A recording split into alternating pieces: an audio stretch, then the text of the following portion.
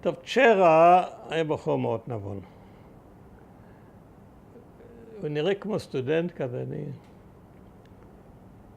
לא יודע אם כבר סיפרתי, ההיכרות הראשונה שלי איתו הייתה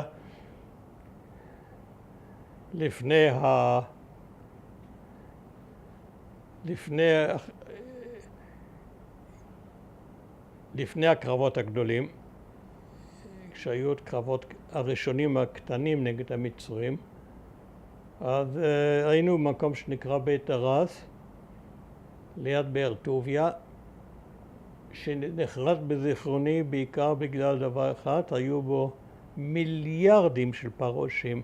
אי אפשר, היינו מכוסים ולא עזר שום דבר.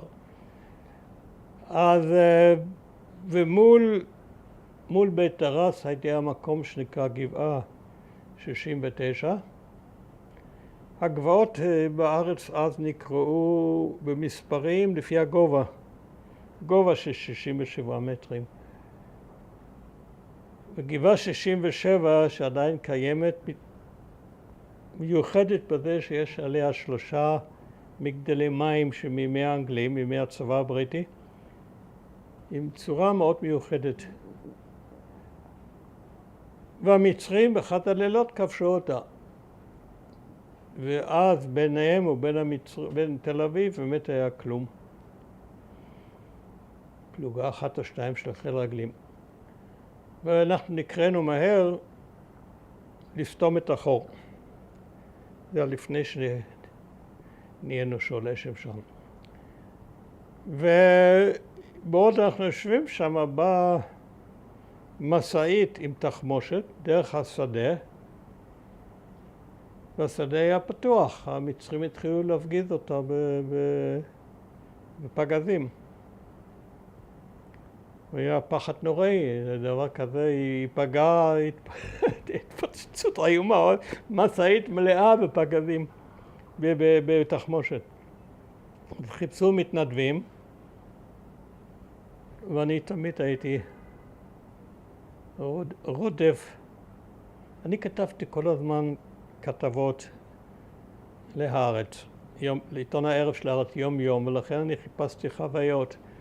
זאת החוויה.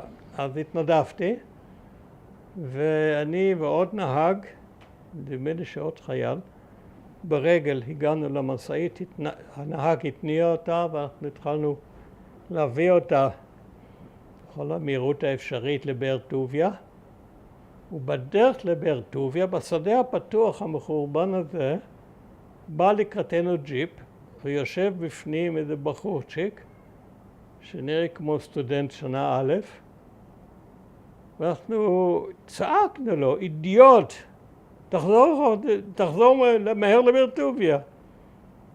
האידיוט הזה היה צ'רה, זה היה ההיכרות הראשונה שלי עם צ'רה. למה אני מספר את זה? אחרי שהגשנו את העצומה הזאת לעבור מהפלוגה, אז מקבלים הודעה, תתאספו בחדר האוכל, צ'רה רוצה לדבר איתכם. וצ'רה היה איש מאוד מאוד חכם. הוא אמר, תראו, אני מבין אתכם, מגיע לכם חופשה, בהחלט, אבל אי אפשר, אין לי חיילים.